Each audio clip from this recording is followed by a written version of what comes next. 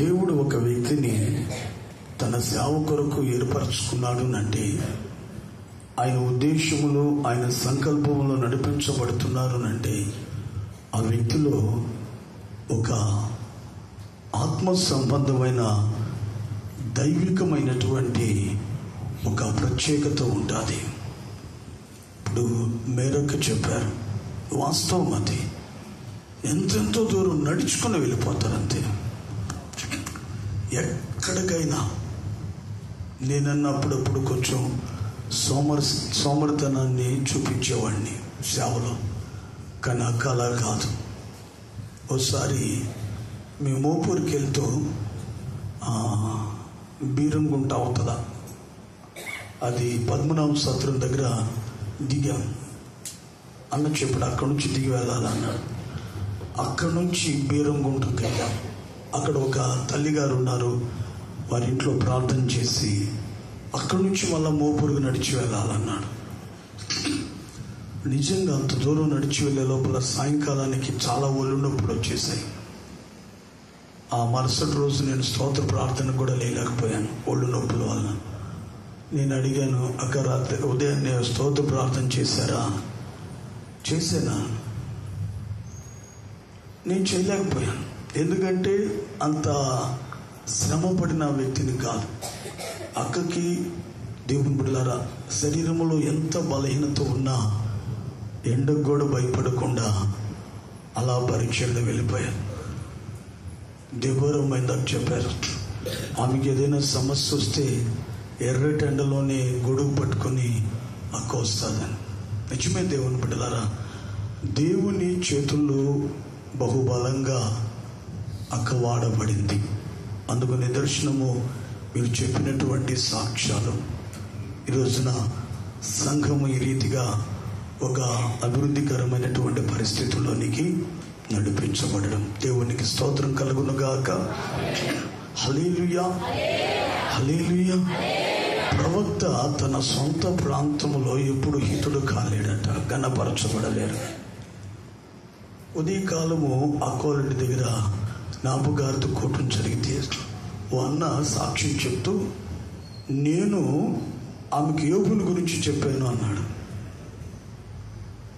నిజానికి అంటే తెలియదు, అన్నకు అక్క చెల్లి అవుతారు కాబట్టి ఆ దృష్టిలోనే చూస్తారు. సహజమే, అది చాలా ఎక్కువ, అంతే. అర్థమవుతుందా? కానీ నిజానికి ఆ పరిస్థితుల్లో మనం కానీ గమనించినట్లయితే అటువంటి అనుభవాలు, ఎన్నో అనుభవాల మధ్యలో చేదైనటువంటి అనుభవాలు, భయంకరమైనటువంటి శ్రమలతో కూడిన అనుభవాల మధ్య నడిపించబడి దేవుని యొక్క సేవలో ముందుకు కొనసాగించబడిపోయింది. మొత్తానికి సంఘానికి ఒక లోటే అయినను ఆ లోటుని తీర్చి ఈ రోజున సేవను ఈ రీతిగా ప్రభు మన సేవలను ఈ రీతిగా నడిపిస్తున్న దేవదేవునికి మరొకసారి స్తోత్రం కలుగునుగాక. ఆమేన్, హల్లెలూయా. ఇంకా నేను కూడా సాక్ష్యం చెప్పాలనుకుంటున్నాను, కానీ సాక్ష్యం చెప్తే మరలా వాక్య పరిచర్య తగ్గిపోతుంది. కాబట్టి కొద్ది నిమిషాలు దేవుని యొక్క వాక్యాన్ని కూడా మనం విందాం. చూడండి, అపోస్తలుడైన పౌలు తిమోతికి రాసిన 2వ పత్రిక 4వ అధ్యాయము 7-8 వాక్యాలను చదువుకుందాం. మంచి పోరాటము పోరాడి తిని నా పరుగు కడము విశ్వాసాన్ని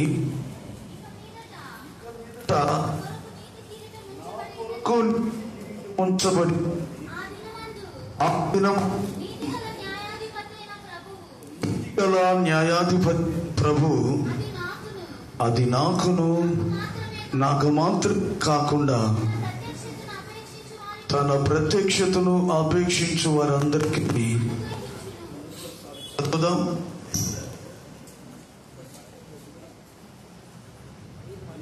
చదవమ్మా.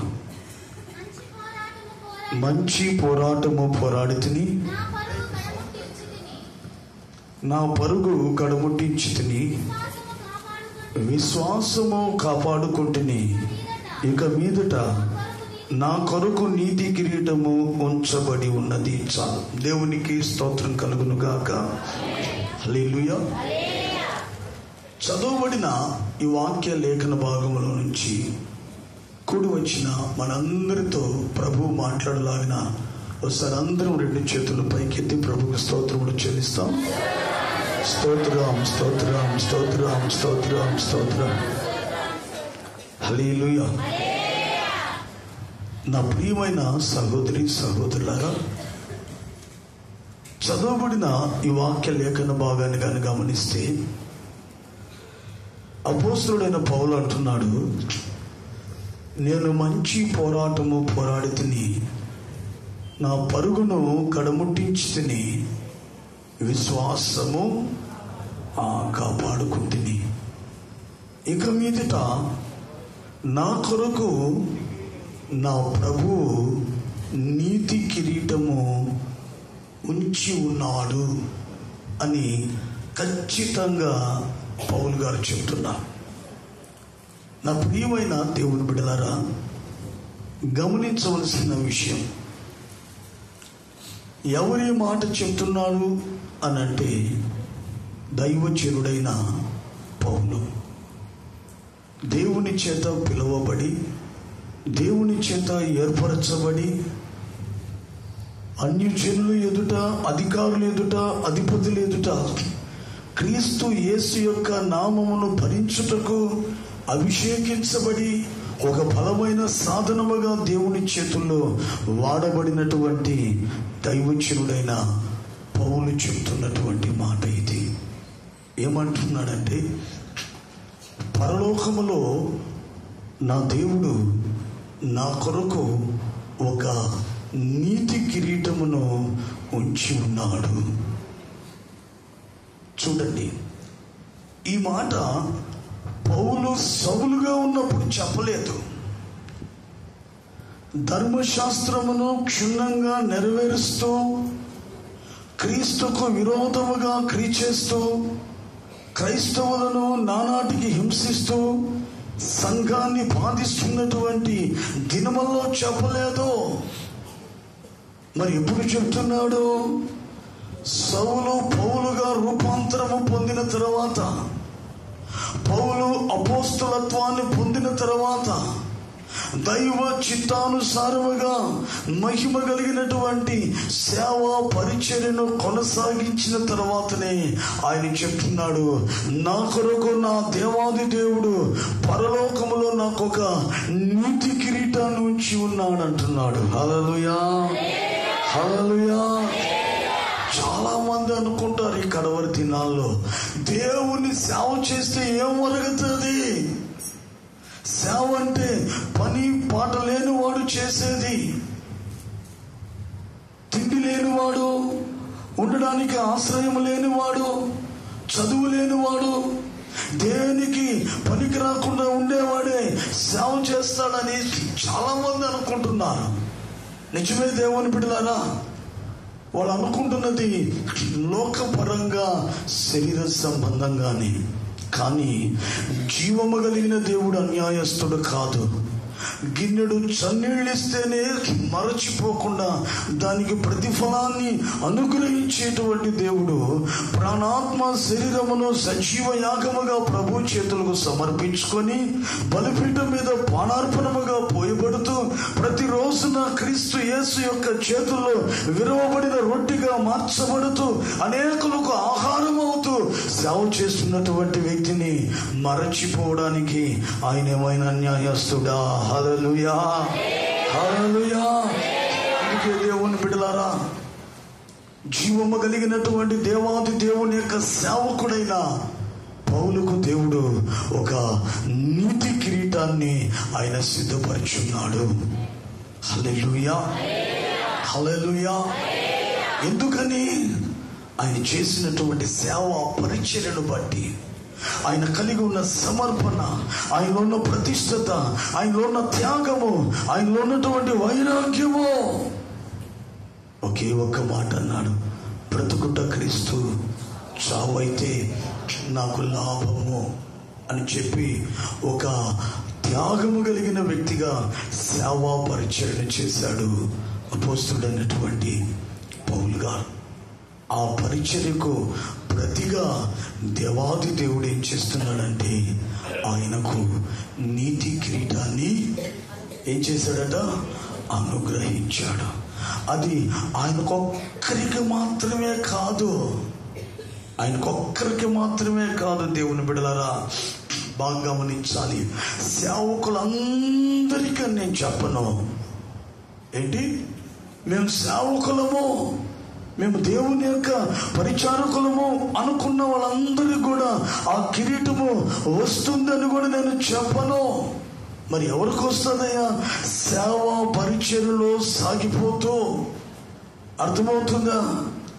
ఆ సేవలో తమ కుటుంబాలను నష్టపోతూ, లాభం అనుకున్నది నష్టంగా ఎంచుకుంటూ, సమస్తాన్ని విడిచిపెట్టి సమర్పణ కలిగి ప్రతిష్టత కలిగి సేవ చేస్తూ, దేవుని బిడ్డలారా ఆయన చెప్తున్నాడు ఆ 7వ వాక్యములో, 3 కార్యములు ఎవరైతే చేస్తారో వారికి మాత్రమే నీతి కిరీటము అనుగ్రహించబడుతుంది.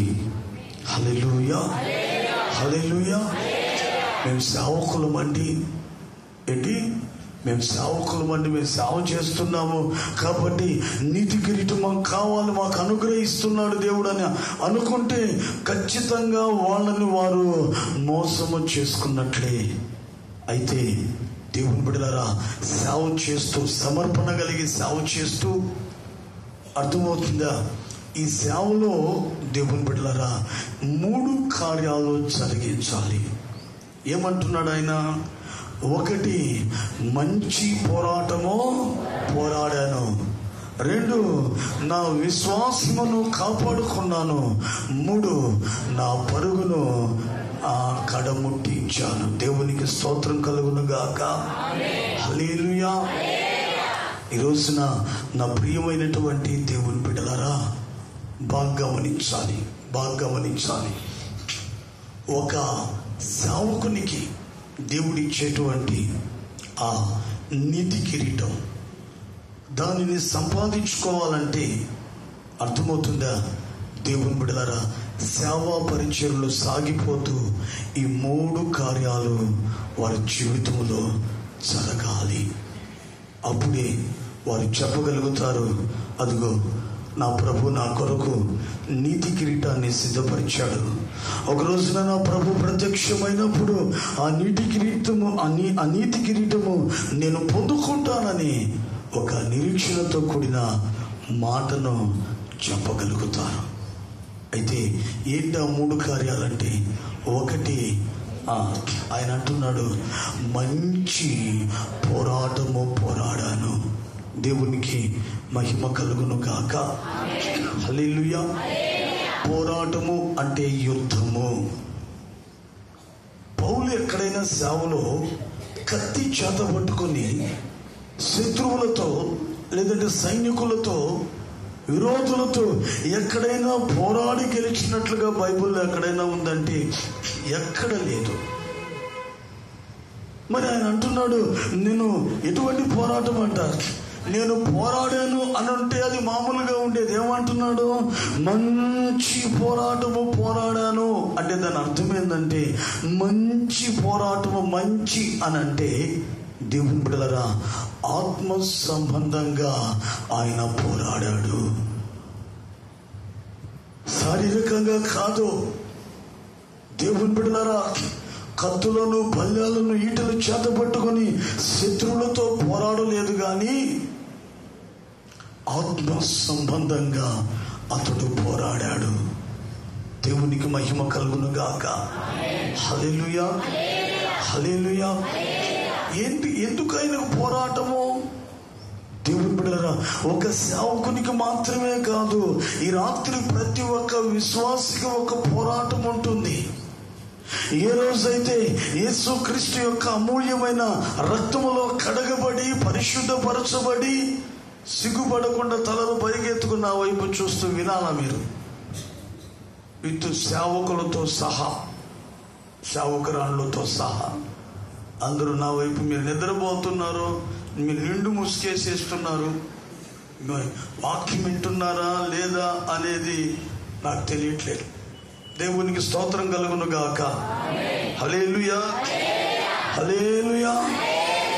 నా ప్రియమైనటువంటి దేవుని బిడ్డలారా, బాగా గమనించాలి. ఈ రాత్రి కాలం ఎప్పుడైతే యేసుక్రీస్తు యొక్క అమూల్యమైన రక్తములో కడగబడి పరిశుద్ధపరచబడి ప్రభు రాజ్యము కొరకు ఎప్పుడైతే మన ఆత్మీయ యాత్రను ప్రారంభిస్తామో అక్కడ నుంచి ప్రతి ఒక్క విశ్వాసికి పోరాటం ఉంటుంది. పరలోక రాజ్యాన్ని సంపాదించుకోవాలని ప్రభు రాకడ కొరకు సిద్ధపరచబడి నిత్యత్వంలో ప్రభుతో కలిసి యుగ యుగములు జీవించాలని తపన పడుతూ ప్రభు ఆ గురి యొద్దకు, గమ్యానికి చేరుకోవాలని గురి యొద్దకు సాగిపోతున్నప్పుడు ఖచ్చితంగా ప్రతి ఒక్క విశ్వాసికి పోరాటాలు వస్తాయి. నాకు అసలు పోరాటమే లేదండి, ప్రతిరోజున హాయిగా ఉన్నాను, సుఖంగా ఉన్నాను, సంతోషంగా ఉన్నాను అని చెప్పుకుంటే మాత్రము దేవుని బిడ్డలారా అది విశ్వాసపు జీవితము కానే కాదు.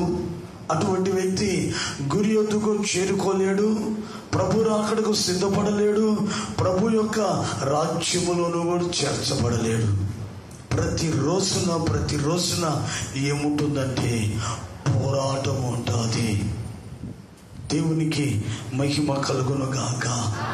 హల్లెలూయా. అన్నా ఏంటన్నా చెప్తుంటే విచిత్రంగా ఉంది. నేను ఎప్పుడు అసలు ఎవరితో పోరాడినట్లుగా ఆనవాళ్ళు లేదు. ఒకప్పుడు అంటారు 5 సంవత్సరాల ముందు ప్రభుని ఎరగక మునుపు మా వీధిలో ఉన్న వాళ్ళందరితో పోరాడేశాను. ఇప్పుడైతే బాప్టిజం తీసుకున్న నాటి నుండి ఇప్పటి వరకు నేను ఎవరితో పోరాడలేదు. మీరేమో ప్రతిరోజున పోరాటం ఉంటుంది. ఎవరితో పోరాడుతున్నావు? ఎవరితో పోరాడాలి? ఎవరితో పోరాడుతున్నామో? అపోస్తలుడైన పౌలు ఎఫెసీయులకు రాసిన పత్రిక 6వ అధ్యాయము 12వ వాక్యం ఒకసారి చదవండి. ఏలయనగా మనము పోరాడునది శరీరాలతో కాదు గాని ప్రధానులతోనూ అధికారులతోనూ ప్రస్తుత అంధకార సంబంధులకు లోకనాథులతోనూ ఆకాశ మండలమునందున్న దురాత్మల సమూహములతోనూ అదుగో. హల్లెలూయా, హల్లెలూయా, హల్లెలూయా. ఎవరితో పోరాడుతున్నామంటమా? ఎవరితో? ఆ శరీరాలతో కాదు, సాతాను శక్తులతో, అంధకార శక్తులతో, వాయుమండలములో తిరుగులాడుతున్న దురాత్మల సమూహములతో మనము పోరాడుతున్నాము. వాళ్లకు, ఆ శక్తులకు మనకు సంబంధం ఏముంది? మనకు వాళ్లకు వైరం ఏంటి? కైల దగ్గర తగాదానా? ఇంటి స్థలాల దగ్గర తగాదాలా? అప్పుల దగ్గర తగాదాలా? ఏం లేదే. అయినా సాతాను శక్తులతో ఎందుకు పోరాడాలి? దేవుని బిడ్డలారా, ఒక వ్యక్తి పాపమును విడిచి ప్రభు రక్తములో కడగబడి పరిశుద్ధపరచబడి పరలోకానికి సిద్ధపడుతుంటే మన విరోధైన సాతానుడు ఒప్పుకోడు. వాని యొక్క ఆలోచన ఏంటంటే ఎటువంటి పరిస్థితుల్లోనైనా వానిని ఏం చేయాలంటే నిత్య నరకంలోనికి తీసుకువెళ్ళిపోవాలి. ఆల్రెడీ వాడి కొరకు ఆరని అగ్నిగుండము సిద్ధపరచబడి ఉంది. వాడొక్కడే కాకుండా దేవుని స్వరూపంలో సృజించబడినటువంటి ప్రజలను అనేకులను ఆ నరకాగ్నిలో తీసుకువెళ్ళాలని వాడు ఏం చేస్తాడంటే నేత్రాస, శరీరాస, జీవపు డంబములని బలహీనతలను తీసుకుని వచ్చి విశ్వాసిలో ఎదుట ఉంచి దేవుని బిడ్డలారా తెలియకుండా వాళ్ళతో పోరాడి వారిని పడగొట్టి నిత్య నరకాగ్నికి పాత్రులుగా చేసి పడేస్తూ ఉన్నాడు. అయితే దేవుని బిడ్డలారా, ఈ రోజున బాగా గమనించాలి. నీతి కిరీటమును పొందాలంటే ఖచ్చితంగా పోరాడవలసిందే. శరీరాలతో కాదు, వ్యక్తులతో కాదు, కానీ శక్తులతో నువ్వు పోరాడాలి. ఎలా పోరాడాలండి? చదవండి. ఆ తర్వాత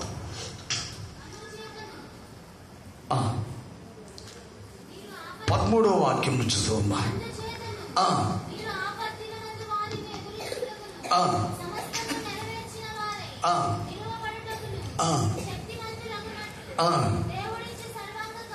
దేవుడిచ్చు సర్వాంగ కవచమును ధరించుకోవాలి. నడుమునకు సత్యమును కట్టుకోవాలి. నీతి అనే మైమరుపు ఉండాలి. సమాధాన సిద్ధ మనసు ఉండాలి. విశ్వాసపు అనే డాలు ఉండాలి. రక్షణను శిరస్త్రాణం ఉండాలి. వాక్యం అనే ఆత్మ ఖడ్గం ఉండాలి. దేవునికి స్తోత్రం కలుగును గాక. హల్లెలూయా, హల్లెలూయా. నా ప్రియమైనటువంటి దేవుని బిడ్డలారా, ఇంచుమించు 8 రకములైన ఉపకరణాలు మనం ధరించుకోవాలి. అప్పుడే సాతాను శక్తులతో మనము పోరాడగలుగుతాం. వాటిలో చెప్తాను. 1 రక్షణ అనే శిరస్త్రాణము. 2వదిగా దేవుని బిడ్డలారా విశ్వాసం అనే ఢాలు. 3వదిగా వాక్యం అనేటువంటి ఆత్మ ఖడ్గము. 4వదిగా సత్యం అనే దట్టి. 5వదిగా నీతి అను మైమరుపు. 6వదిగా దేవుని బిడ్డలారా సమాధాన సువార్త వలనైన సిద్ధ మనస్సు అనేటువంటి చూడు. దేవునికి మహిమ కలుగును గాక. ఆమేన్. హల్లెలూయా, హల్లెలూయా, హల్లెలూయా. నడుమునకు సత్యం అనే దట్టిని కట్టుకోవాలి. సమయం లేదు వాటి గురించి వివరించాలంటే. 7 ఉన్నాయి. వీటిని మనం ఏం చేయాలంటే ధరించుకోవాలి. రక్షణ ఉండాలి. విశ్వాసం అనే ఢాలు ఉండాలి. వాక్యం అనే ఖడ్గం ఉండాలి. నీతి అనే మైమరుపు ఉండాలి. సత్యం అనే దట్టి ఉండాలి. సర్వాంగ కవచం ఉండాలి. సువార్త వలన సిద్ధ మనస్సు అన్నటువంటి సమాధానార్థమైనటువంటి సమాధాన సువార్త వలనైనా సిద్ధ మనస్సు ఉండాలి. ఇవి మనము కలిగి ఉంటే దేవుని బిడ్డలారా సాతాను శక్తులతో పోరాడతాం. ఈ రోజుల్లో చాలా మందికి మేము ప్రభు కొరకు ప్రయాసపడుతున్నాం, ప్రభు కొరకు కష్టపడుతున్నాము అని అంటున్నారు. నిజానికి దేవుని బిడ్డలారా కష్టం అంటే, బాధ అంటే ఇంకొకటి అనుకుంటారు చాలా మంది. కానీ నీ విరోధైన సాతానుడు ఆర్థికంగా కానీ, ఆరోగ్యపరంగా కానీ, ఆధ్యాత్మికమైన విషయాల్లో కానీ నిన్ను పడగొట్టడానికి, నిన్ను ఆపడానికి నీతో పోరాడుతున్నాడు. మనం ఏం చేస్తున్నామంటే ఎప్పుడు చూసినా శరీరాలతోనే పోరాటం చేస్తుంటాం. శరీరాలతోనే పోరాటం చేస్తూ ఉంటాం. కారణమేంది? ఈ ఉపకరణాలు తెలుసుకుంటే, వీటి విలువ తెలుసుకుంటే దేవుని బిడ్డలారా ఆ వ్యక్తులలో క్రియ చేస్తున్నటువంటి శక్తులు ఏమై ఉన్నాయో మనం గ్రహించి అప్పుడు మనం ఏం చేస్తామంటే పోరాడగలుగుతాం. నాకు కూడా మొదట్లో తెలిసేది లేదు. ఇందాక మేరక్క చెప్పింది వాస్తవమే. అప్పుడప్పుడు నేను కూడా వాళ్ళతో పోరాడేవాడిని, ముష్టి యుద్ధం చేసేవాడిని. అంటే కొట్టుకునే వాళ్ళని కాదులేమ్మా, కొంచెం బాధ కలిగేది, అర్థమవుతుంది.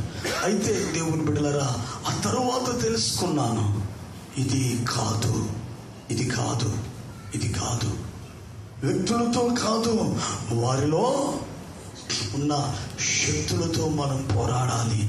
అలా పోరాడి గెలవాలంటే దేవుని బిడ్డలారా మనం చెప్పుకున్న 7 ఉపకరణాలు మనలో ఉండి మనం ఏం చేయాలంటే పోరాడాలి.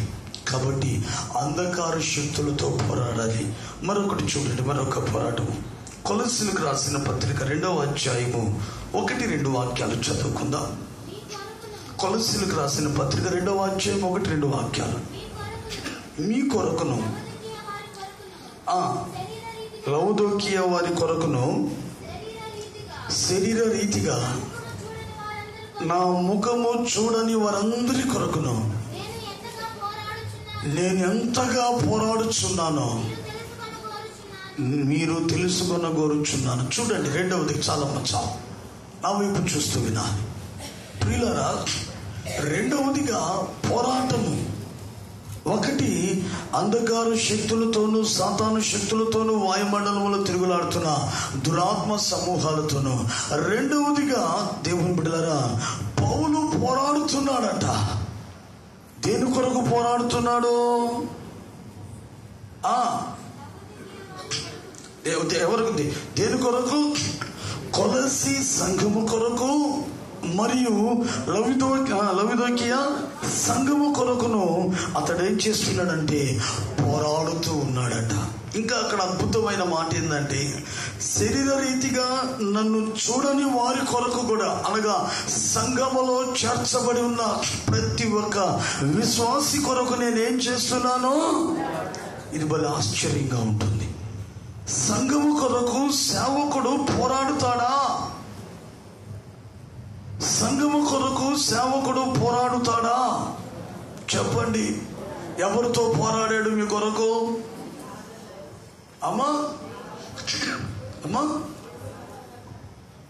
చెప్పండి. కుస్కుస్ అంటే ఎట్లా? ప్రార్థనల ద్వారా. దేని కొరకు పోరాడాడో? సంఘము కొరకే. సంఘములో దేనిని బట్టి దేని కొరకు పోరాడారు? డబ్బు రావాలని పోరాటాలా? ఫండ్స్ రావాలని పోరాటాలా? దేవుని బిడ్డలారా, ఇక్కడ ఆల్రెడీ ఆత్మలు వచ్చేస్తున్నాయి.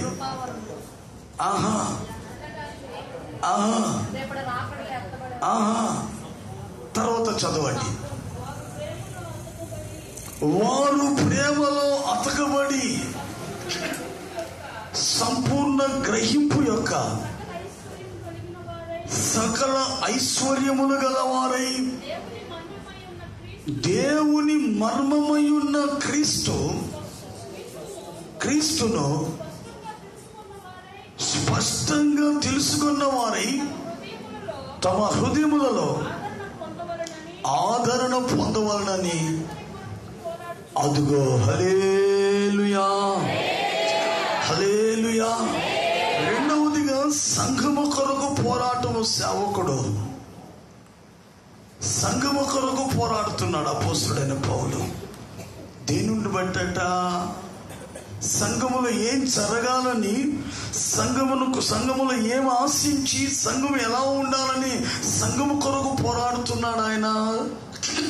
సంఘములో ఉన్న వాళ్ళందరూ ఏమై ఉండాలంటమ్మా? ప్రేమతో అతకబడి ఉండాలా. ఇదేంటని? ఇది మన పోరాటం అయితే ఏంటి? ప్రార్థన చేసి పెద్ద పెద్ద చాతపడి శక్తులు, దురాత్మ శక్తులు కూడా వెళ్ళగొట్టేశాం. అర్థమైందా? ఒక ఇద్దరు వ్యక్తులను కలపలేకపోతున్నాం, 2 కుటుంబాలను కలపలేకపోతున్నాం. దేవునికి స్తోత్రం కలుగును గాక, హల్లెలూయా. అలా ప్రయత్నించినప్పుడు ఏమవుతుందంటే,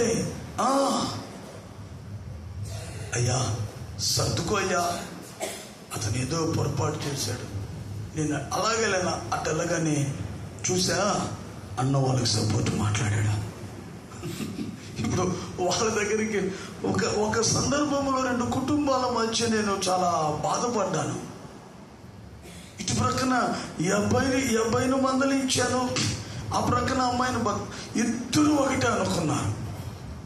అన్న వాళ్ళకి సపోర్ట్, వీళ్ళకి సపోర్ట్ చేసి లాస్ట్కి సపోర్ట్ పండు తినేసి. దేవునికి స్తోత్రం కలుగును గాక. భలే బాధపడ్డాను నేను. సేవకులు అన్న వాళ్ళు సర్దుకోమంటారు. ఎందుకంటే మా ప్రయాస అంతేంది, మా ప్రతి ప్రార్థనలో సంఘమంతయమై ఉండాలంట. ఒక మాట చెప్తాను, సంఘాన్ని గురించి బైబిల్ అంటుంది క్రీస్తు యొక్క శరీరం అంట.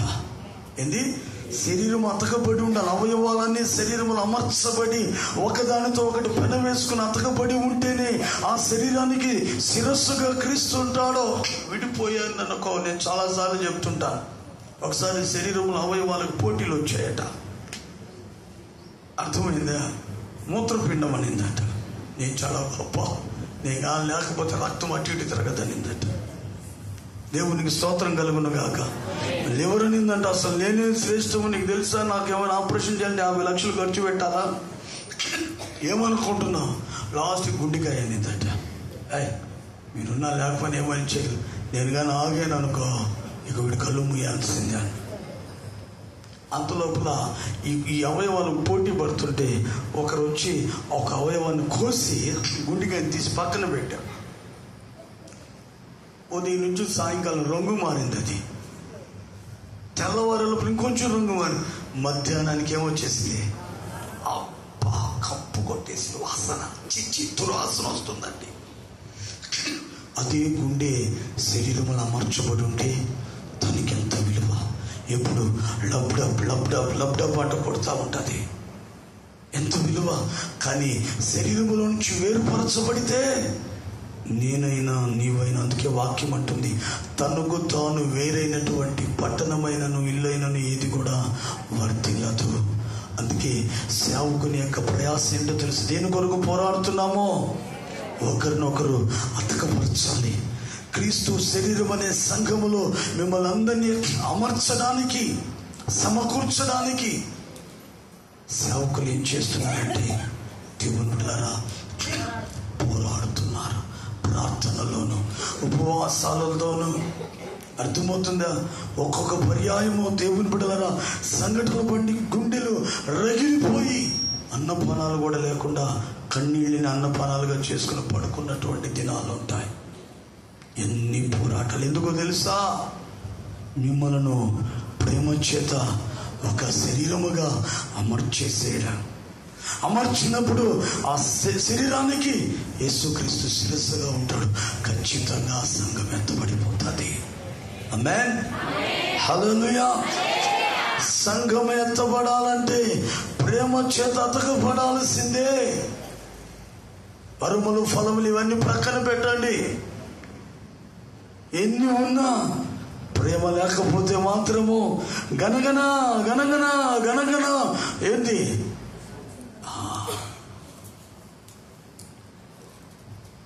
నాకు ప్రేమను గురించి పాటలు భలే ఇష్టం. మనం రాసిన ప్రతి పాటలో ఖచ్చితంగా ప్రేమ అనేటువంటి మాట నాకు ఉంటుంది. చాలా చాలా ఇష్టం ప్రేమ. ప్రేమ ప్రేమ నా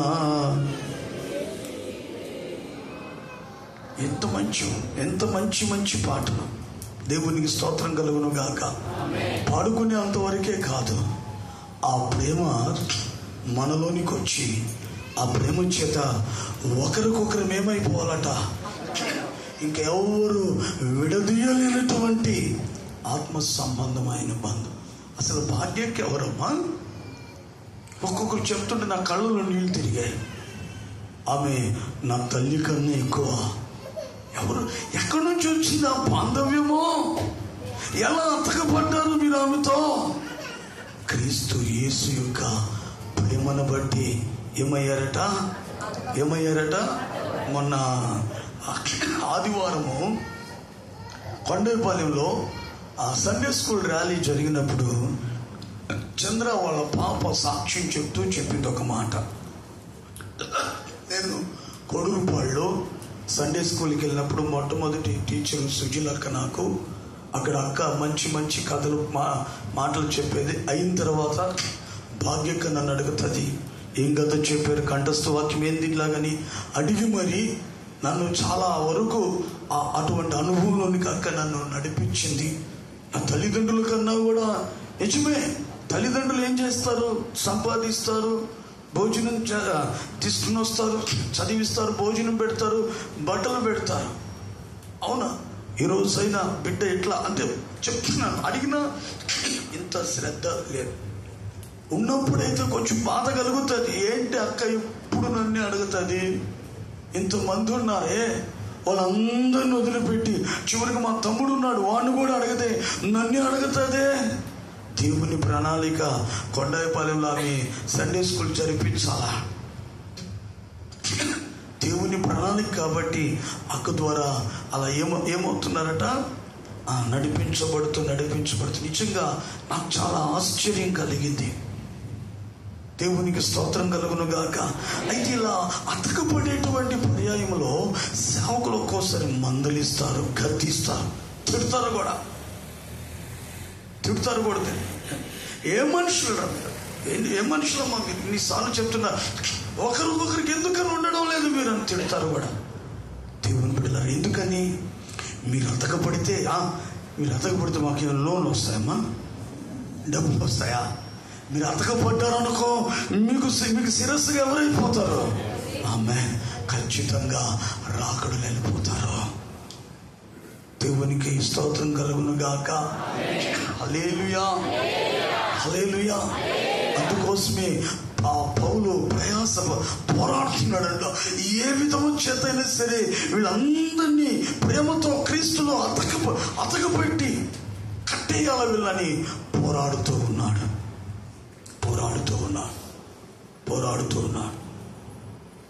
ఒకరితో మాట్లాడితే ఒకరికి బాధ, ఇంకొకరితో మాట్లాడితే ఇంకొకరు బాధ.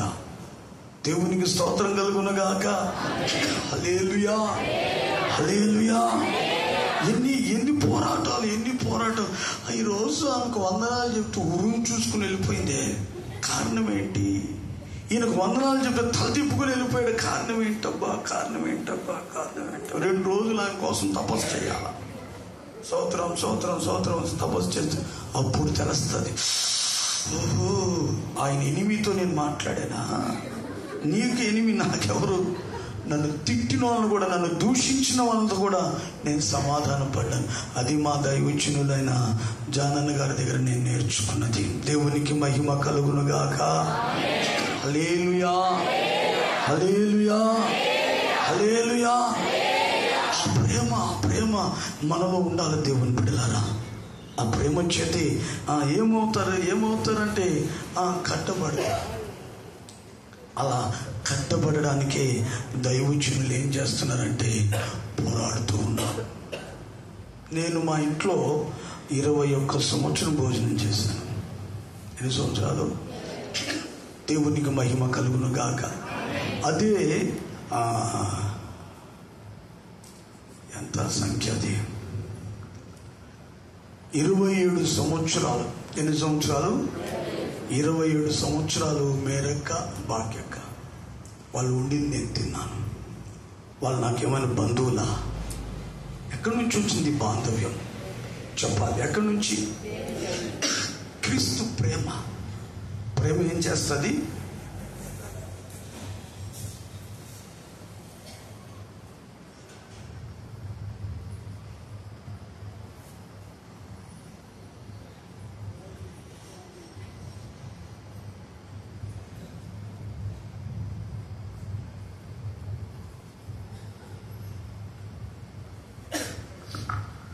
దేవునికి మహిమ కలుగును గాక.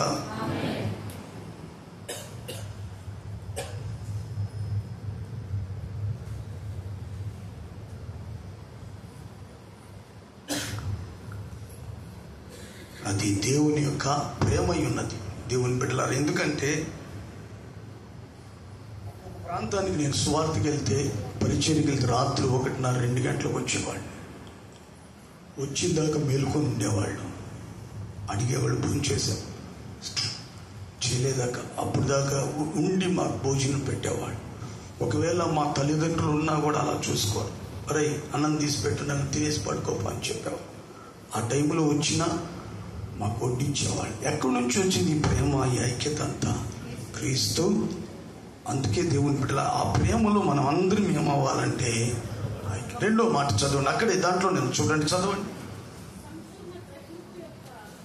సంపూర్ణ గ్రహింపు యొక్క సకల ఐశ్వర్యములు కలిగిన వారై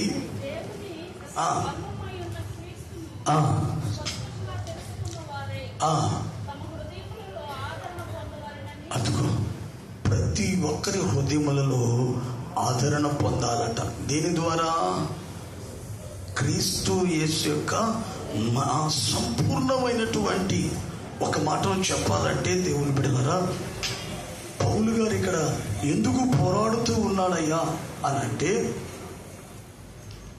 ఒకటి సంఘమును ప్రేమ చేత అతికించి క్రీస్తు యేసులో కట్టడానికి, రెండవదిగా ప్రతి ఒక్క విశ్వాసి క్రీస్తును గూర్చిన మర్మం సంపూర్ణంగా తెలిసి ఆ క్రీస్తు యేసు వలన హృదయములలో వారికి ఏం కలగాలట? ఆదరణ. ఇప్పుడు చాలా మంది చెప్పారు, నాకు అసలు ప్రార్థన తెలియదు. నేను బాధల్లో ఉన్నప్పుడు, నేను దుఃఖంలో ఉన్నప్పుడు నాకు ధైర్యం కలిగింది. భాగ్యకు వచ్చి ఆమె గురించి ఆమె చెప్పుకోలేదు. ఎవరి గురించి చెప్పారు? సకల ఐశ్వర్యమునకు కారణభూతుడైన క్రీస్తు యేసును ప్రకటించింది వాళ్లకు. ఆ క్రీస్తు యేసు యొక్క మర్మాన్ని తెలియపరిచింది. నిజమే, ఒక మాటలో చెప్పాలంటే భాగ్యక ఉపదేశకురాలని చెప్పాలి. మీకు చాలా మందికి తెలియదు. దేవునికి స్తోత్రం కలుగునగాక. నేను చదువులో ఉన్నప్పుడు కూడా నాకున్న అలవాటు ఏంటంటే ఎవరు కూడా కొట్టలేరు. ఏంది? ఎగ్జామ్స్ రాసేటప్పుడు ఏంది? కాపీ అటు పట్టుకోవాలి. 10th క్లాస్ ఎగ్జామ్కి వెళ్తే మీరు ఎవరైనా పెట్టుకుంటారో చెప్తున్నాను, అట్లా చేయొద్దు. 5 పెన్నులు పెట్టుకుంటాను నేను. లోపల రీఫ్లు ఏమి ఉండదు, సన్నగా రాసుకుని దాంట్లో పెట్టుకుంటాను అన్నమాట. సార్ అనుకుంటాడు వీడేం పెద్ద క్లవర్ ఉన్నాడు, 5 పెన్నులు తెచ్చాడు. తీసేది రాయడము, మళ్ళీ అక్కడ వేస్తే పైసలు నోట్లో వేసి చప్పరించేసి గోడకి వేసి కొట్టేద్దాన్ని. అంటే కాపీ కొట్టేసేవాడిని నేను. అదేవిధంగా సేవలోకి వచ్చినప్పుడు కూడా అలవాటు పోతుందమ్మా, పోతుందా? ఏం చేసేవాడిని తెలుసా? భాగ్యకి డైరీలు అడిగి తీసుకునేవాడిని. ఒకరోజు నేను అప్పుడు విశ్వాసిగా ఉన్నాను. మేరకోల్ ఇంట్లో ఆరాధన జరుగుతుంది. ఆ రోజు జానన్న గారు రాలేదు. మీకు తెలుసో తెలీదు దేవుని బిడ్డలారా, ఆ క్రీస్తు శరీర ప్రార్థన మందిరాన్ని కొన్ని నెలలు లేదంటే ఒక 2 సంవత్సరాలు, 1 సంవత్సరం దాకా భాగ్యకే నడిపించింది. ఇక్కడ కాదు, నెల్లూరులో మెయిన్ బ్రాంచ్. దేవునికి స్తోత్రం కలుగును గాక. హల్లెలూయా. బైబిల్ స్టడీలో మేరక్క వాక్యం చెప్తుంది. ఆరాధనలో భాగ్యక ఆరాధన జరిపించాలి. నాకు ఎవరు అన్నారు, ఖండితంగా చెప్తుంది అధికారం. ఎవరనింది? శాంతమ్మ తల్లి. నువ్వే కదా చెప్పింది. అట్లాగే మాట్లాడుతుంది వాక్యంలో కూడా. ఖచ్చితంగా ఖండించినట్లుగా మాట్లాడు. అప్పుడు అక్క ఒక 3 గాడిదల గురించి చెప్పింది. నాకు వాక్యం బలి వింటాను, రాసుకుంటాను, నాకు చాలా అలవాటు. అది రాసుకొని తర్వాత 2002లోనూ 2003లో నక్కలగుంట్లో కొండాయిపాలెంలో 2 రోజులు మీటింగ్స్ పెడితే 2వ రోజు ఆ ప్రసంగం నేను అక్కడ చేశా. ఆత్మకూరు నుంచి వచ్చిన ఒక పాస్టర్ వచ్చి నన్ను కౌగిలించుకొని నన్ను ముద్దు పెట్టుకొని, ఎంత చక్కటి ఉపదేశాన్ని ఇచ్చావు నాయన నువ్వు నాకు. భాగ్యకి నా వైపు చూస్తాను. అప్పుడు నేనా ప్రభువా అంటూ మనసులో పాట పాడుకున్నాను. ఆయన ఏం చెప్పట్లేదు, నేను చాలా చక్కటి సందేశాలు ఇట్లా ఎన్నో ఎన్నో ఎన్నో ఎన్నో ఎన్నో అక్క మా బాగా మేరకు చెప్పారు. రాత్రులు మేము కూర్చున్నామంటే అది అక్క ఇదేంది ఇది అక్కకి విసుగు పుట్టిపోయి. జానన్ ఉన్నప్పుడు జానన్ అడిగి తెలుసుకునేవాళ్ళం మేము. ఎందుకంటే ఇందాక మేరక్క ఏదో తడబాట్లో చెప్పేసింది, కానీ ఈ అనుభవాలు షకీనా ఇంకొకటి కాడక అతను నేర్చుకునింది జానన్న దగ్గర. దేవునికి స్తోత్రం కలుగును గాక. హల్లెలూయా హల్లెలూయా. షకీనాలు ఇప్పుడు కూడా హ్యాపీ బర్త్డే చేస్తాం, పని చేస్తామా? చేయము. మన అయి కాదు, తెలియలేదు. ఇది ఎక్కడి నుంచి వచ్చింది? దైవజనులు జానన్న గారి దగ్గర నుంచి. నాకు చాలాసార్లు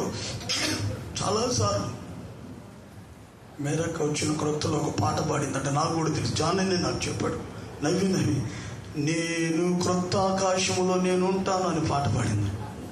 ఆపమ్మ క్రొత్త ఆకాశం ఏడను ఉండే. నేను దేవుడు సీయోను కొరకు పిలిచాడు. హల్లెలూయా హల్లెలూయా.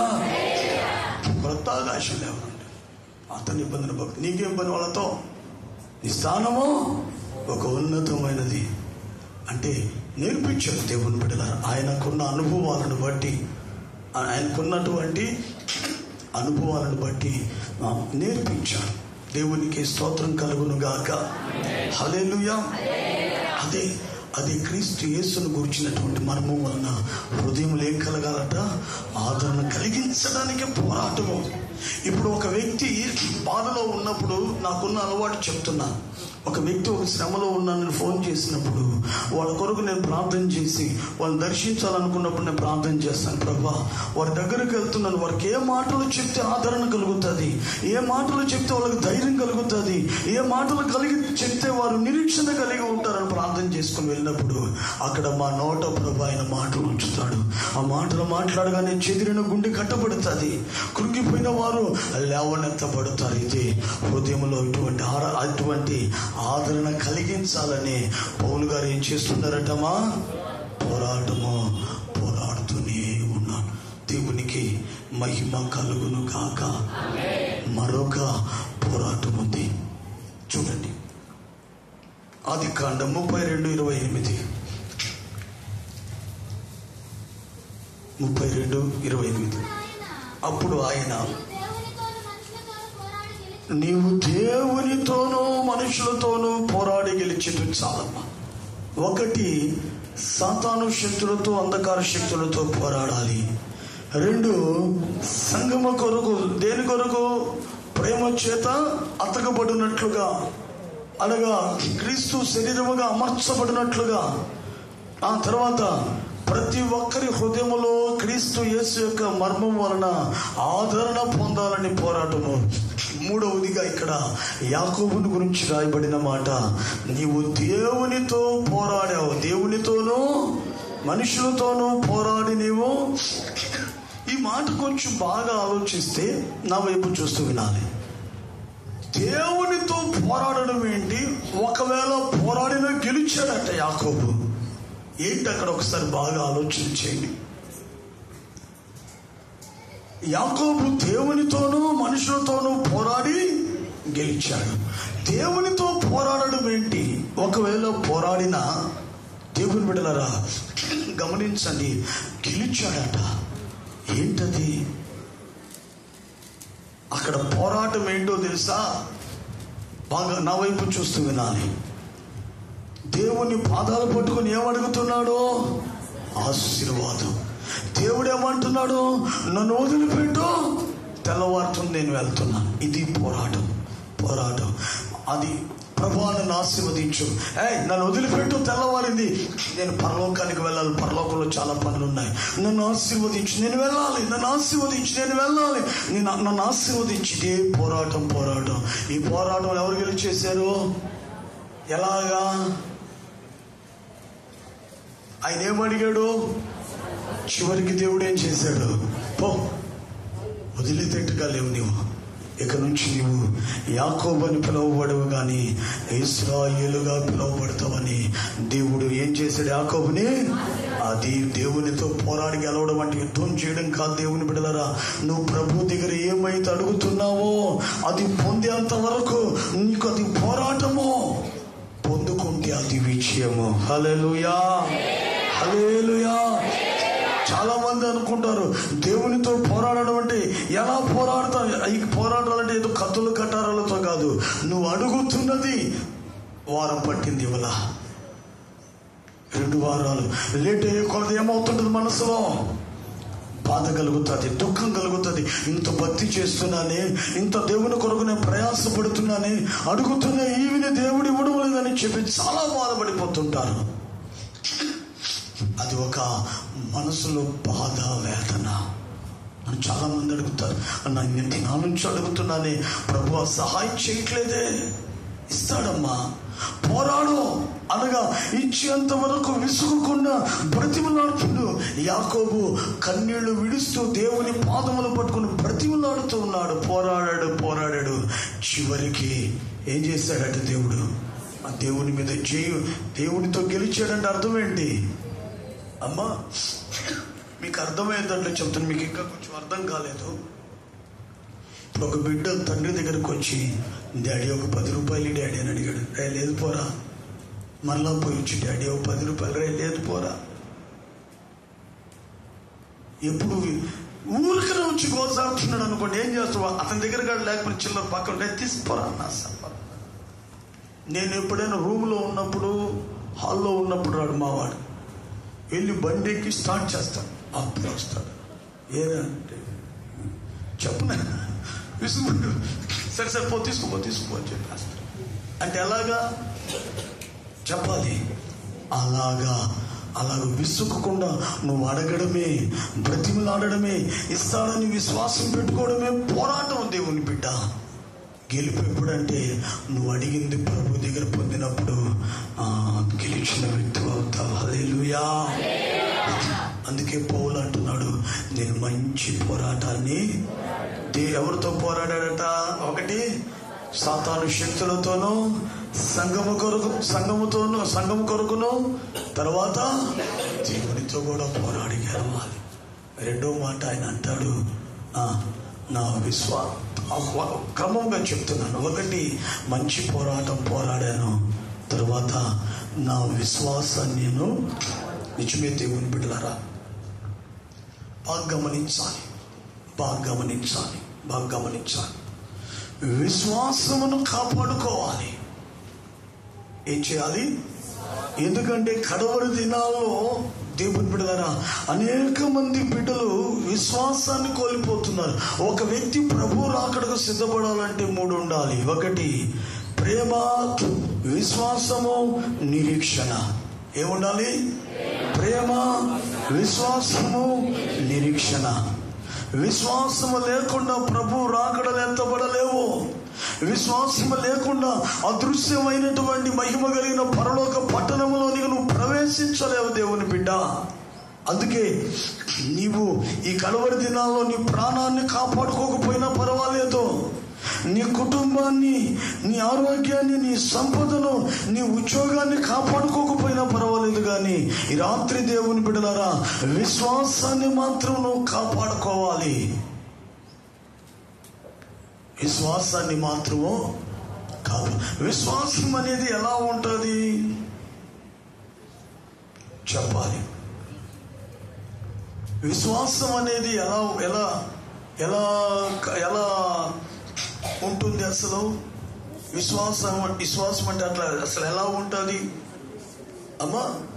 అదృశ్యమైనవి ఉన్నవనుటకును నిరీక్షింపబడుతున్నటువంటి వాటి యొక్క నిజ స్వరూపమై ఉన్నది. ఈ విశ్వాసాన్ని మనం ఏం చేయాలంటే దేవుని బిడ్డలారా చెప్పాలి, కాపాడుకోవాలి. దేవునికి స్తోత్రం కలుగును గాక. హల్లెలూయా. కరోనా వైరస్ అయిపోయిన తర్వాత 2021లోనో 2లో అనుకుంటాను, జనవరి 1 నెలలో బైబిల్ స్టడీలో సేవకుల విశ్వాసం అడుగుతున్నాను, మీరు ఈ సంవత్సరంలో మీరు ఏం చేస్తారు, ఏం చేయాలనుకుంటున్నారు అని అడిగినప్పుడు అప్పుడు భాగ్య కలిసి ఒక మాట అనేది, నేను సంపూర్ణమై ప్రభు సన్నిధికి వెళ్ళిపోవాలి. నేను నవ్వన్నాను, ఇంకా మీరు చేయాల్సిన పరిచర్య చాలా ఉంది, లేక దేవునికి స్తోత్రం చెల్లించడం అన్నాను అంతే. కరెక్ట్గా 1 సంవత్సరం లోపల దేవుని బిడ్డలారా కొన్ని, అంటే నేను ఎందుకు చెప్తున్నానంటే ఆమె యొక్క విశ్వాసము సంపూర్ణమైపోవాలంటే దాని అర్థం ఏంటి? దేవుడు ఒక స్థానాన్ని సిద్ధపరుచున్నాడు, చూపించున్నాడు. అక్కడికి నువ్వు రావాలి అంటే, ఆ స్థానాన్ని నువ్వు స్వతంత్రించుకోవాలంటే, ఇక్కడ నీ సేవలో నువ్వేమైపోవాలంటే సంపూర్ణతలోనికి వెళ్ళిపోవాలా. చాలా మంది అనుకుంటారు సేవకులకి ఎందుకు వ్యాధులు వస్తాయి, వాళ్ళు సంపూర్ణమై ప్రభు సన్నిధికి వెళ్ళాలంటే దేవుడు ఎప్పుడు తన మీద పెట్టుకోడు, ఏదో ఒక అనారోగ్యాన్ని పెట్టి వాళ్ళని ఏం చేస్తాడంటే ఏం చేస్తాడు? దేవునికి స్తోత్రం కలుగును గాక. హల్లెలూయా, హల్లెలూయా. ప్రియమైనటువంటి దేవుని బిడ్డలారా, నిజమే ఆ విశ్వాసము భాగ్యకులు నేను చూడగలిగాను. ఆ విశ్వాసం నేను ఎందుకనంటే దేవుడు ఆమె చెప్పిన మాట చాలా అర్థలోతు. నేను సంపూర్ణమైపోవాలనంటే దాని అర్థం ఏంటంటే ప్రభువు చూపించిన ఆ స్థానంలో ఎలాగనే నేను చేరుకుంటాను. అందుకు ఏమవ్వాలా బ్రతకాల. నాకు కొన్ని మాటలంటే కొంచెం బాధ కలుగుతుంటుంది. ఇక్కడ ఎవరు భూమి మీద బతకాలా చెందాలా అనుకో, అలా ఉండేవాళ్ళైతే ఇంకా నేను చెప్తే గుండెలు బద్దలైపోతాయి. దేవునికి స్తోత్రం కలుగును గాక. హల్లెలూయా. అంత అనుకున్నవాడు పక్కింటి వాళ్ళతో ఏం పని నీకో ఆ అడుగు దగ్గర స్థలం ఉంటే నీకెందుకు గొడవలు? చెప్పు, ఎందుకు నీకు గొడవలు? నేను బతకాలం లేదు, ప్రభు దగ్గరికి వెళ్ళిపోతాను అని అనుకున్న వాళ్ళకి మాటలు కాదమ్మా. ఏంటి మాటలు కాదు, ఏముండాలా? ఎందుకు బతకాలని పరితపించింది? బతకాలని పరితపించలేదే. పరితపించే పని అయితే ఏమంటది? అయ్యా అందులో జనవరి 1వ వారం అంటే బలు వేడిగా ఉంటారు సేవకులందరూ. నిండు 100 బతకాలయ్యా నేనని చెప్తున్నాను. ఏమడిగింది ఆమె? అక్కేమడిగారు? నేను సంపూర్ణమైపోయి వెళ్ళిపోవాలా? అది తెలియదు వీళ్ళకి చాలా మందికి. ఎందుకు బతకాలంటే అవన్నీ మనము ఆ సేవకురాల గురించి మాట్లాడడానికి కూడా అర్హత లేనాడు. దేవునికి స్తోత్రం కలుగును గాక. హల్లెలూయా, హల్లెలూయా, హల్లెలూయా. అది ఆమె విశ్వాసము. ఒకసారి వైజాగ్లో ఒక అక్క ఉన్నారు, చనిపోయారు. ఆమెకు క్యాన్సర్. దేవుని బిడ్డలారా, ఇంకొక వారంలో చనిపోతారనగా నేను వెళ్ళాను ఆమె దగ్గరికి. ఆమె చూసి, ఆమె స్థితిని చూసి వాళ్ళు ఏడ్చాను నేను. ఆమె అంటది, ఎందుకయ్యా ఏడుస్తున్నావు? నేను వెళ్ళిపోతున్నా. నువ్వు రావని అంతా నా వెనక నువ్వు రావు, నువ్వు ఇక్కడే ఉండిపోతావు ఏంటి? ముందు వెనక అంతే. అదిగో నాకు ఆ రోజు కళ వచ్చింది. పెద్ద బంగారం దగ్గర మెరిసిపోతుంది. అక్కడ ఒక ఆయన పేర్లు పిలుస్తున్నాడు. నేను లైన్లో ఉన్నాను, నా పేరు 4వది. ఎంత సంతోషంగా ఉందో తెలుసా? దేవునికి స్తోత్రం కలుగును గాక. హల్లెలూయా, హల్లెలూయా.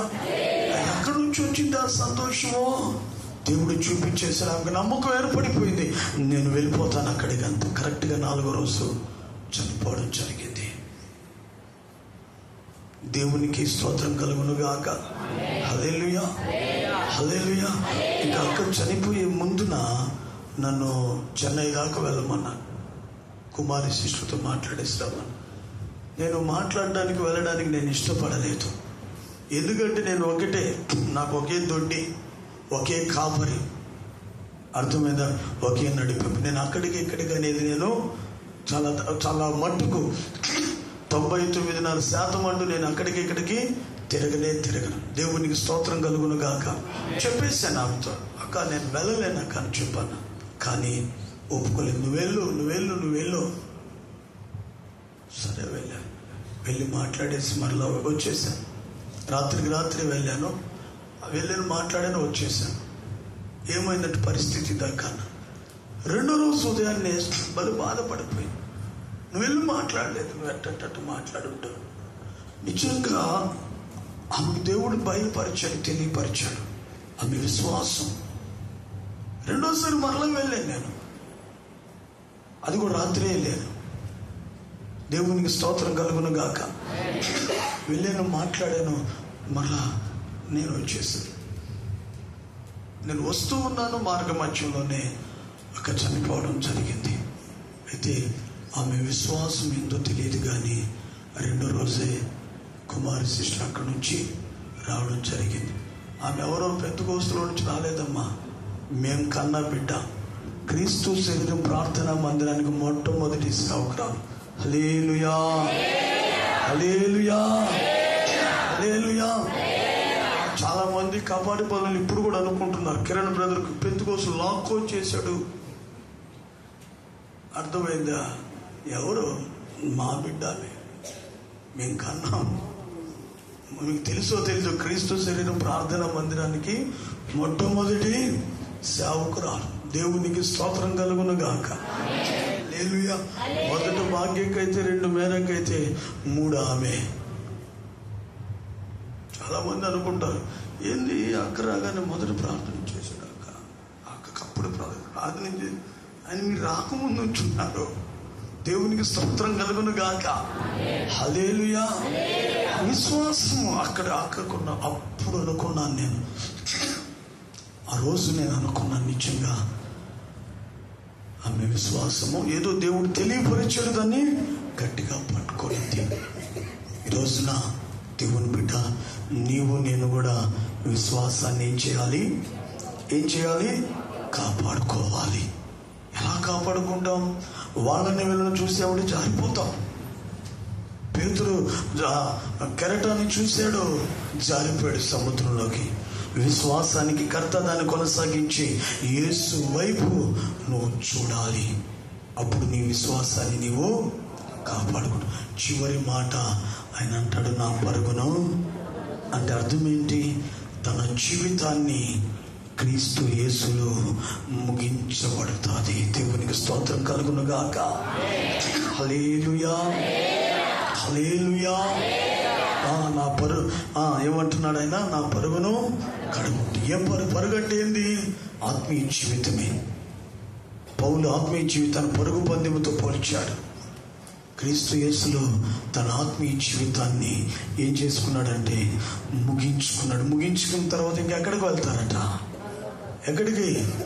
పరలోకానికి, దేవుని వద్దకు వెళ్ళిపోతారు. దేవుని బిడ్డలారా, అందుకే సేవకులకి దేవుడు ఏం చేశాడంటే నీతి కిరీటాన్ని అనుగ్రహిస్తాడు. ఊరకనేముడు 1 పోరాడాలి, 2 విశ్వాసాన్ని కాపాడుకోవాలి, 3 పరుగును. ఈ మాట అంటే మీకేమైనా ఒక్క రకమైన ఆశ వచ్చిందా? ఏందది అమ్మా? ఏందమ్మా చేతులు ఎత్తలేదు మీరు? ఎవరికైనా ఆశ కలిగిందా? ఒక్కరికన్నా ఏం ఆశ?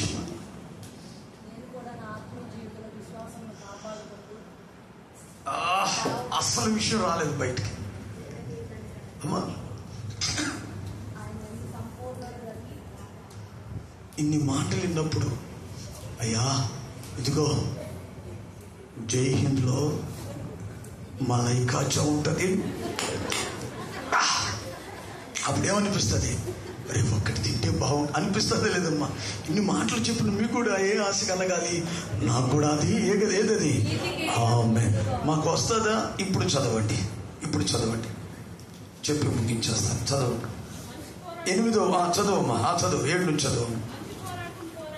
మంచి పోరాటం పోరాడి తిని, నా పరుగును కడముట్టించి తిని, విశ్వాసమును కాపాడుకుంటుంది. ఇప్పుడు ఇక్కడ నుంచి గమనించమ్మా. నీతిగల న్యాయాధిపతి అయిన ప్రభు అది నాకు మాత్రమే కాకుండా యేసయ్య ప్రత్యక్షతను ఆపేక్షించుతున్న వారందరికీ అనుగ్రహించును. హల్లెలూయా. దేవుడు అంత గొప్ప దేవుడమ్మా. మీకేమో ఒకటి ఏందంట? ఆపేక్షిస్తే చాలు. ప్రభు ప్రత్యక్షతల గురించి ఆపేక్షించిన వాళ్ళందరికీ నీతి కిరీటం. మాకు మాత్రము మంచి పోరాటం పోరాడాలి, విశ్వాసాన్ని కాపాడుకోవాలి, పరుగును తుత్తుముట్టించాలి. ఏందమ్మా ఇది? దెబ్బలు ఎవరికి? సొమ్ము ఒకరిది, సోకొకరిది. దేవునికి స్తోత్రం కలుగును గాక.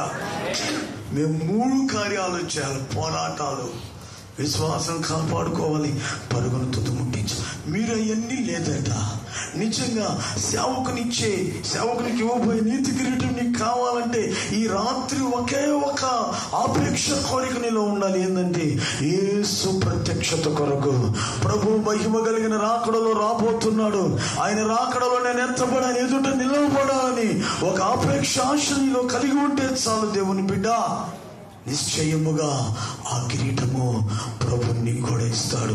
ఊరకన ఆశ కాదు, ఆ ప్రత్యక్షతలో ఉండడానికి తగిన జీవితాన్ని కొనసాగిస్తే నిశ్చయముగా దేవుడు సేవకునికే కాదు, నీకు కూడా నీతి కిరీటాన్ని.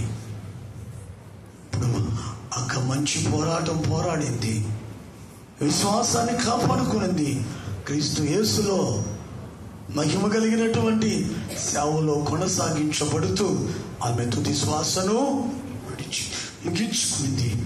ఆమెకు నీతి కిరీటం ఈ రోజున నిన్ను నడిపించింది. అన్నావు, నా తల్లిదండ్రుల కన్నా ఎక్కువ అన్నావు. సేవకురాన్ని మరి ఆమె పొందుకున్న నీతి కిరీటం నీకొద్దా? అయ్యా నాకు కావాలి అలా అనుకుంటే క్రీస్తు యేసు యొక్క ప్రత్యక్షతను గురించి నువ్వు ఆపేక్షించావంటే ఈ రాత్రి ఖచ్చితంగా అట్టి నీతి కిరీటం నీకు కూడా అనుగ్రహిస్తాడు. కాబట్టి దేవుని బిడ్డలారా, అక్క మనల్ని విడిచి 1 సంవత్సరం అవుతుంది. అయితే ఆ స్థానాన్ని ప్రభు భర్తీ చేశాడా లేదా? ఎలా అమ్మా? మీకు కూడా తెలిసిపోయిందా రహస్యం? తెలియదు, ఏదో ఒక గంభీరంగా నేను చెప్తాం అనుకున్నాను, మీకు తెలిసిపోయి. దేవునికి స్తోత్రం కలుగును గాక. ఆమేన్. హల్లెలూయా, హల్లెలూయా.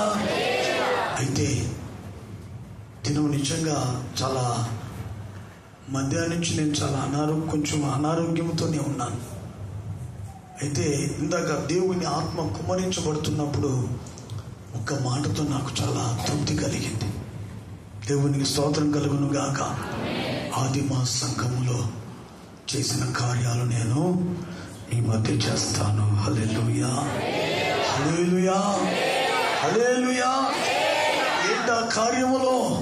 ఏ ఒక్కరూ ప్రభు రాకడలో విడవబడకూడదు. ప్రతి ఒక్కరూ ప్రభు రాకడలో సిద్ధపరచబడి అందరూ ఆయన రాకడలో ఎత్తబడుదురు గాక. హల్లెలూయా, హల్లెలూయా. ఈరోజు నా అక్క మన మధ్య లేకపోయినా ఆమె నడిపించిన నడిపింపు, ఆమె బోధించిన బోధ, ఆమె నేర్పించిన అలవాట్లు దేవుని బిడ్డలారా మనతోనే ఉన్నాయి. అందుకని మనమందరము అక్కను బట్టి మనం బాధపడకూడదు. కానీ ఆమె నీతి కిరీటము పొందుకునింది. ఈ జ్ఞాపకార్థం కూటానికి కూడా వచ్చిన నీవు కూడా నీతి కిరీటం పొందుకు.